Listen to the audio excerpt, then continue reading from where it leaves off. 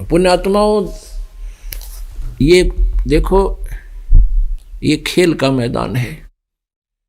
बच्चे चाहे किसी सत्र में खेलें, जैसे डिस्ट्रिक्ट लेवल पर बच्चे खेलते हैं तो नियम वही होते हैं उनके, और जो स्टेट लेवल पर गेम खेलते हैं तो उनके भी नियम वही होते हैं, और जो नेशनल स्तर पर, राष्ट्रीय स्तर पर खेलते हैं उनके भी नियम वही होते हैं, और इंटरनेशनल अंतर्राष्ट्रीय स्टेट स्थिति में खेलते हैं तो उनके भी नियम वही होते हैं।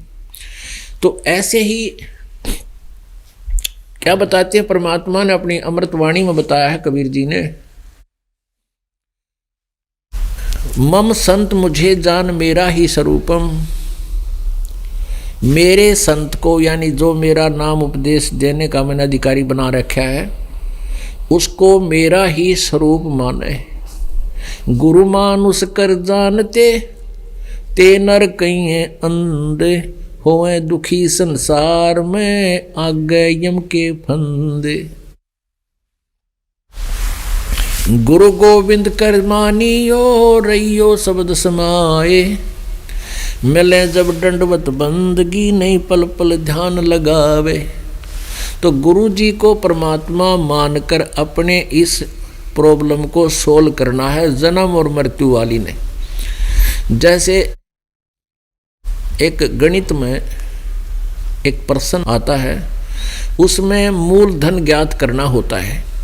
उसके लिए सपोज करना पड़ता है, मान लो मूलधन 100 रुपये, और फिर वो 100 रुपये मूलधन मानने के बाद ही हम उस करोड़ों और अरबों के मूलधन को प्राप्त कर सकते हैं और अपना इक्वेशन, अपना ये प्रॉब्लम सोल्व कर सकते हैं।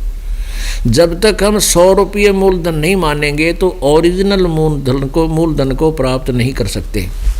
तो परमात्मा ने इसलिए बताया है कि आप जी वो 100 रुपये हैं, वो मूलधन नहीं था, वो ओरिजिनल मूलधन नहीं है, लेकिन उसके बिना वो मूलधन मिल नहीं सकता।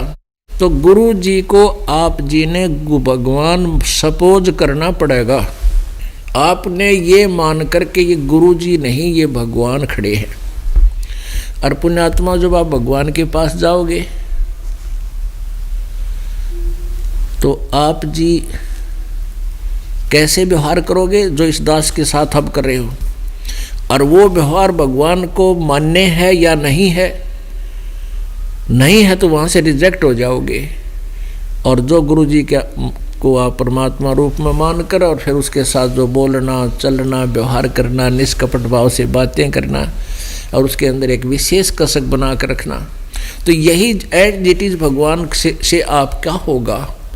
तो यहाँ से जब जाओगे, जैसे आदमी दिन में रिहर्सल करता है, बातें करता है, ऐसी सपने में आएंगी,